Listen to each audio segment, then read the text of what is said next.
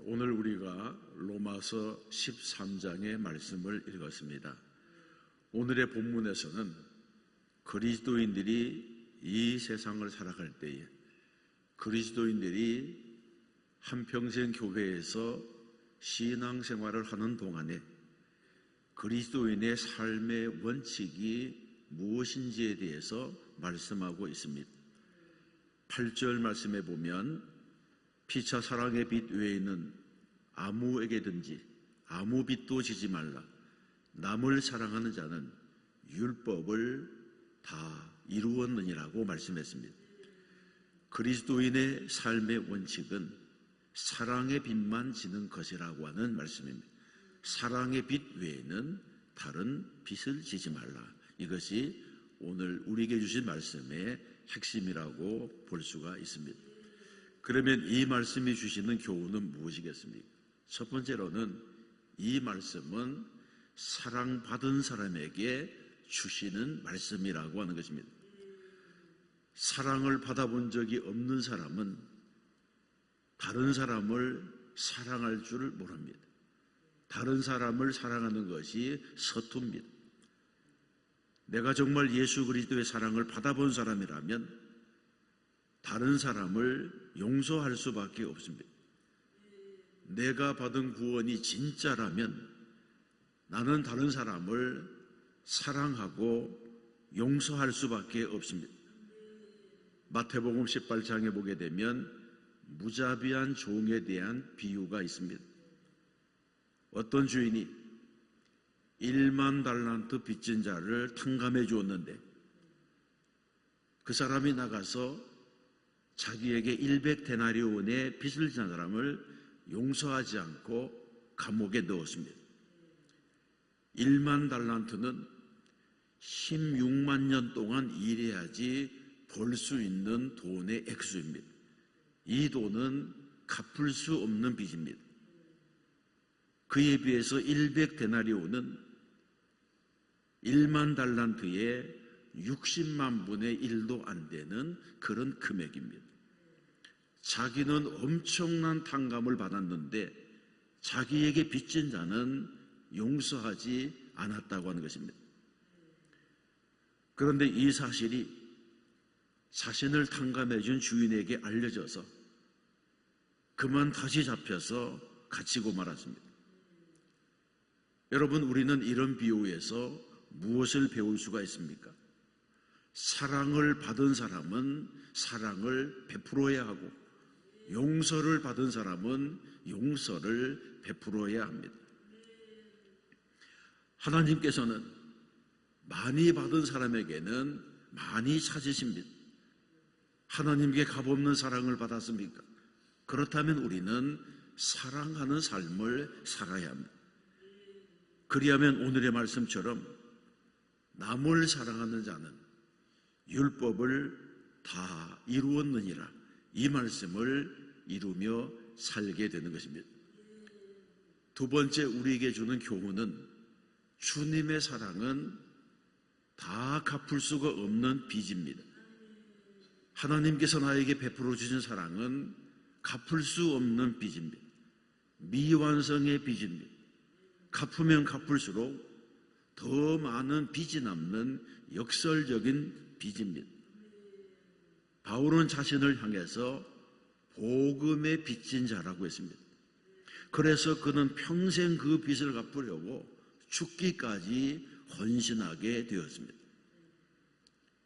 혹시 남에게 큰 빚을 져본 경험이 있으십니까? 빚쟁이가 집으로 찾아와서 돈을 줄 때까지는 돌아가지 않겠다고 자리 깔고 누워있는 그런 경험을 해본 사람이 있습니까?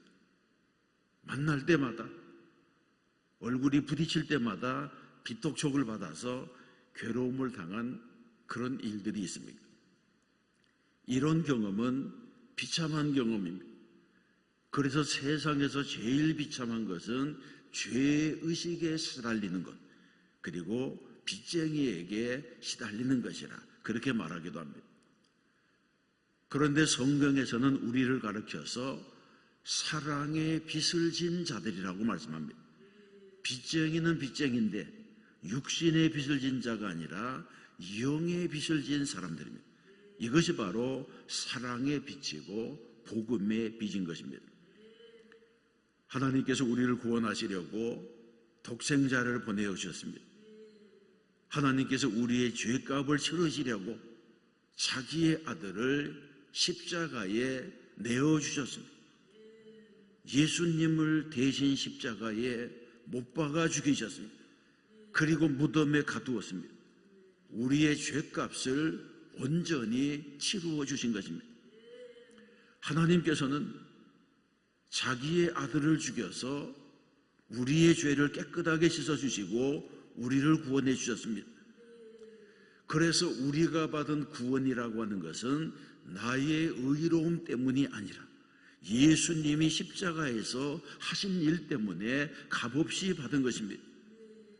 그래서 나의 구원은 내가 무엇을 했느냐, 내가 얼마나 갚았느냐 이런 데에 달려있는 것이 아니라 예수님께서 십자가에 하신 일을 내가 믿음으로 받아들일 때에 이루어지게 되는 것입니다. 그러므로 나의 구원은 예수님의 생명과 바꾼 구원입니다. 하나님의 아들이 피를 흘리시고 죽어주셔서 얻은 구원입니다. 그래서 우리는 예수님의 생명과 바꾼 고귀한 인생들이 되는 것입니다. 이런 말씀에 의해서 보게 되면 우리는 하나님께 갚을 수 없는 사랑의 빚을 졌습니다. 이 사실을 우리가 믿는다면 우리는 그 사랑의 빚을 내 주변에 나의 도움이 필요한 사람에게 갚는 성도가 되어야 할 줄로 믿습니다. 세 번째 교훈은 남을 사랑하는 자는 율법을 다 이루었다고 하는 말씀입니다. 로마서에는 곳곳에 바울의 영적인 고민이 드러나 있습니다. 하나님의 율법은 의롭고 완전하고 선한데 육신을 가진 인간의 몸으로는 도무지 지킬 수가 없다는 것입니다. 여러분, 이런 고민은 예수를 믿고 은혜 아래 들어온 우리에게도 동일한 고민이고 동일한 문제거리가 됩니다. 왜냐하면 우리는 내 마음이 원하는 대로 살지 못하기 때문입니다.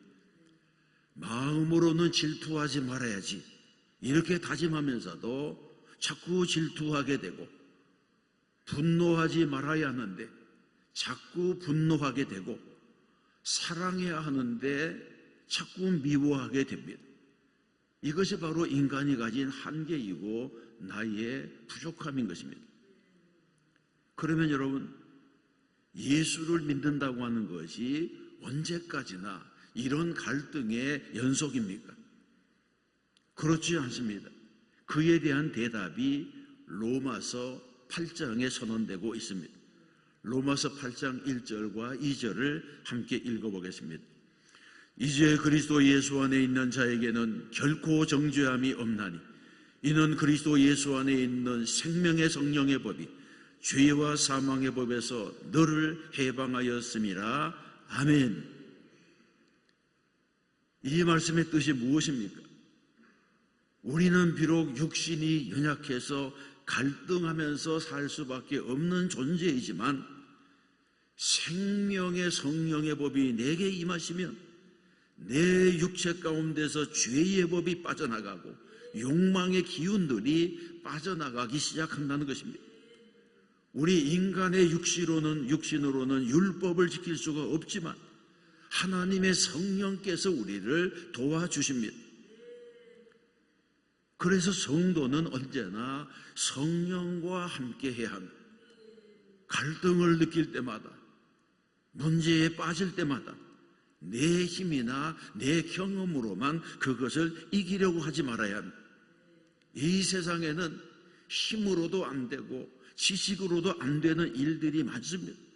오직 성령께서 함께 하셔야지 풀어지는 일들이 있습니다. 이 성령께서 나와 함께 하실 수 있는 비결은 우리가 온전히 성령님 앞에 굴복하는 것입니다.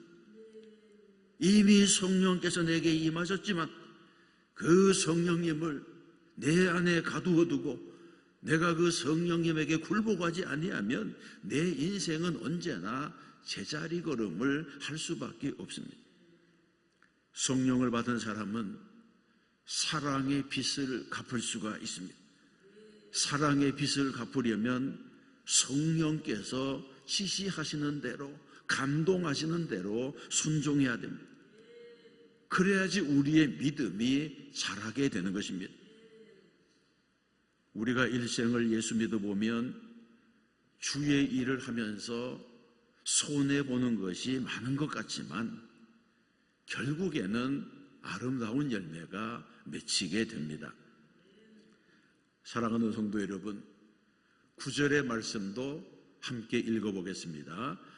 간음하지 말라, 살인하지 말라, 도둑질하지 말라, 탐내지 말라 한 것과 그 외에 다른 계명이 있을지라도 내 이웃을 내 자신과 같이 사랑하라 하신 그 말씀 가운데 다 들었느니라.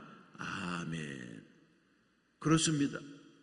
8절 말씀에도 보게 되면 남을 사랑하는 자는 율법을 다 이루었느니라고 말씀하고 있습니다.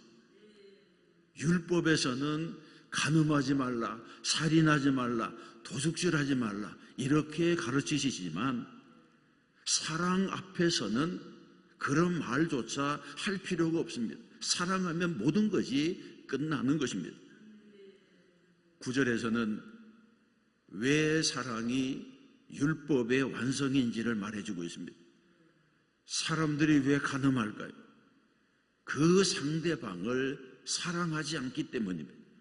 사람들이 왜 살인할까요? 사랑하지 않기 때문입니다. 사랑하는 사람은 오히려 자신을 희생시킵니다.